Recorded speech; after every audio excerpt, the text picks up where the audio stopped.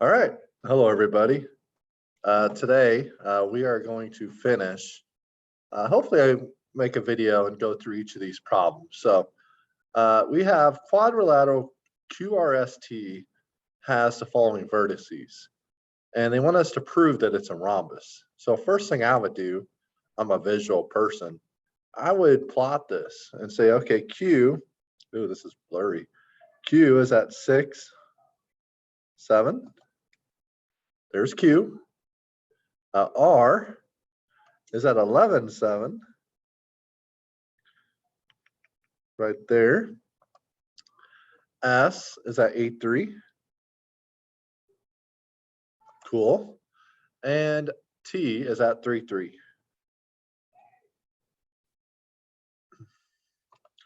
All right. Well, it sure looks like a rhombus. I would connect the dots. Eesh, I could do better than that. I'll use the line tool. So I'd connect the dots.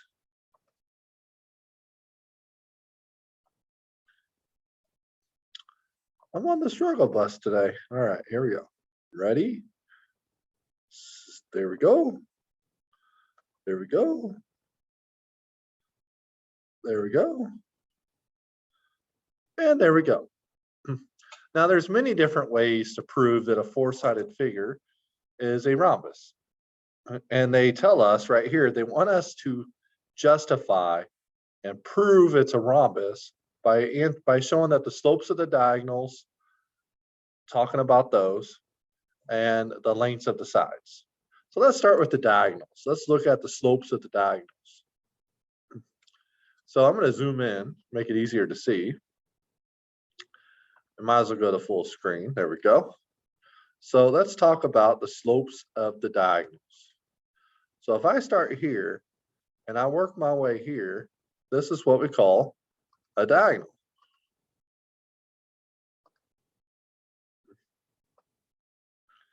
So let's count the slope. The slope, if I go here and I go down there, rise over run, I'd go down 1, 2, 3, 4, 1, 2. So the slope here would be -4/2, which if you reduce that, that's -2. Okay, so that is the slope right there.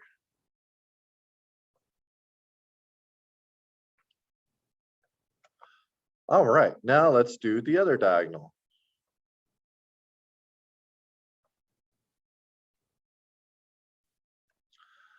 Okay, let's find the slope. So if I start here and I'm trying to get there, I would go up 1, 2, 3, 4, over 1, 2, 3, 4, 5, 6, 7, 8. So this slope is 4/8. Which if you think about that, that's 1/2. So if I could show, so one way you could show that something is, one property of a rhombus is that their diagonals are perpendicular. And I could say since 2 and -2 and 1/2 are opposite reciprocals, this means the diagonals are perpendicular. Okay. Now they also want us to justify by looking at the lengths of the sides. So I'll go ahead and fill in the easy ones.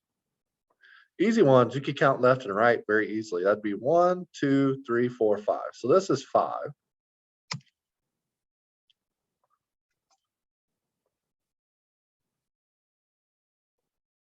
And if you count here, that's 1, 2, 3, 4, 5. Now, one property of a rhombus is that all sides are equal. So if I could prove this is 5 and this is 5, and using the fact that the diagonals are perpendicular, that's enough to prove a rhombus. So how do I prove this? What I would do, I'm going to make this yellow so it's not as, so if you Think about this as a triangle. From here to here is 4. And from there to there is 3. Now, we call this a Pythagorean triple. If you have 3, 4, I already know that's 5. But just to do the work, you'd say 3 squared. I'll use the square button if I could get to it. 3 squared. Oops. Oh, push the wrong button. 3 squared plus 4 squared would equal the c squared. So that'd be 9 plus 16 equals c squared. I keep pushing the wrong button. I promise you I'm not.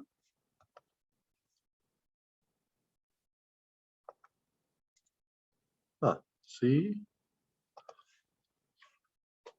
I don't know why I'm pushing the right button and it keeps doing the opposite. That should be c squared. I guess I could do it this way. Okay. It just does not like the square button today. Try a new text box. So that'd be 9 plus 16 equals c. Come on, square. There's the square. I don't know what it was doing earlier. But 9 plus 16 is 25.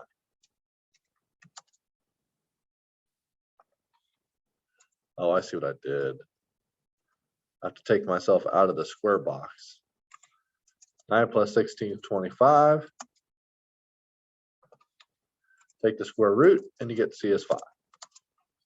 I just proved it right here. That's 5. And when I look at the other triangle here, to get the hypotenuse, this is 1, 2, 3, 1, 2, 3, 4. So again, this is going to be 5 because if that's 3 and that's 4, the Pythagorean triple would say that's 5. And there's no need to do the work again. We have it right here. So now I would say, since all sides are the same, and the diagonals are perpendicular, this proves we have a rhombus. So we just proved that we have a rhombus. All right. Next problem. Find the measure of angle 1. Whew. How many sides do I have? 1, 2, 3, 4, 5. That is 5 sides. So the formula says if I take 5 minus 2 times 180, that's how much all the angles add up to. 3 times 180 is 540. All right, so all these angles add up to 540. That's a box. That's 90 degrees. That's a box. That's 90 degrees. That's a box. That's 90 degrees. And I know by this symbol that they're the same. So what I'm going to do, I'm going to take 540 minus what I know, which is 90 minus 90 minus 90. See what I get left. 540 minus 90 minus 90 minus 90 is 270.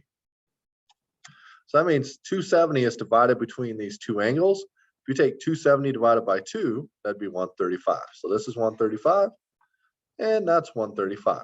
What's the measure of angle 1? 135. All right.